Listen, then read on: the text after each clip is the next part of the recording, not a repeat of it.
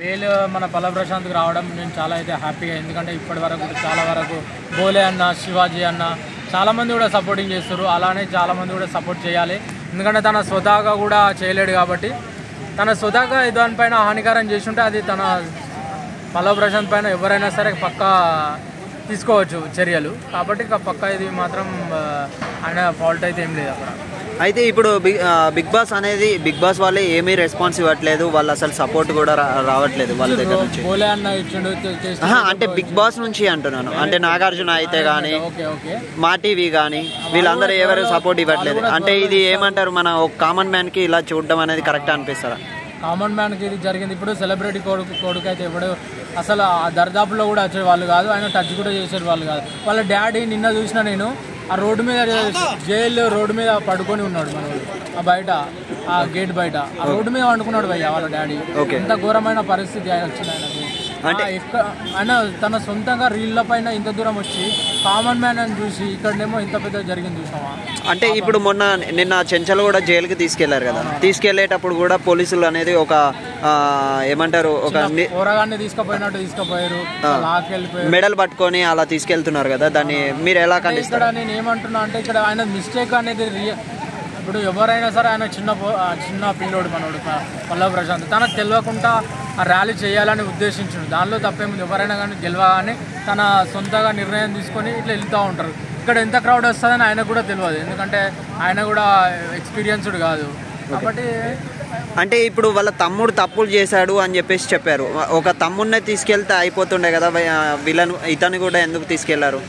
ఇప్పుడు జెన్యూన్గా చెప్తా, అక్కడ డ్రింక్ చేసి ఇప్పుడు మనం ఈరోజు పేపర్ చూస్తున్నాం, ఆ డ్రింకర్స్ అందులో 20 సంవత్సరాల పిల్లలు ఉన్నారు అందరూ. కాబట్టి ఇవన్నీ అవసరమా వాళ్ళకి? ప్రభుత్వం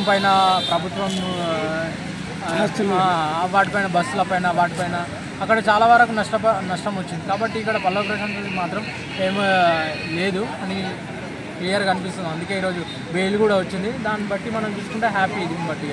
ఓకే, అంటే ఇప్పుడు సజ్జనార్ గారు, మన ఆర్టీసీ ఎండి వచ్చేసి సజ్జనార్ గారు ఆ రోజు బస్సులు గిట్లా అవి అయితే తొందరగా రెస్పాన్స్ అయ్యారు.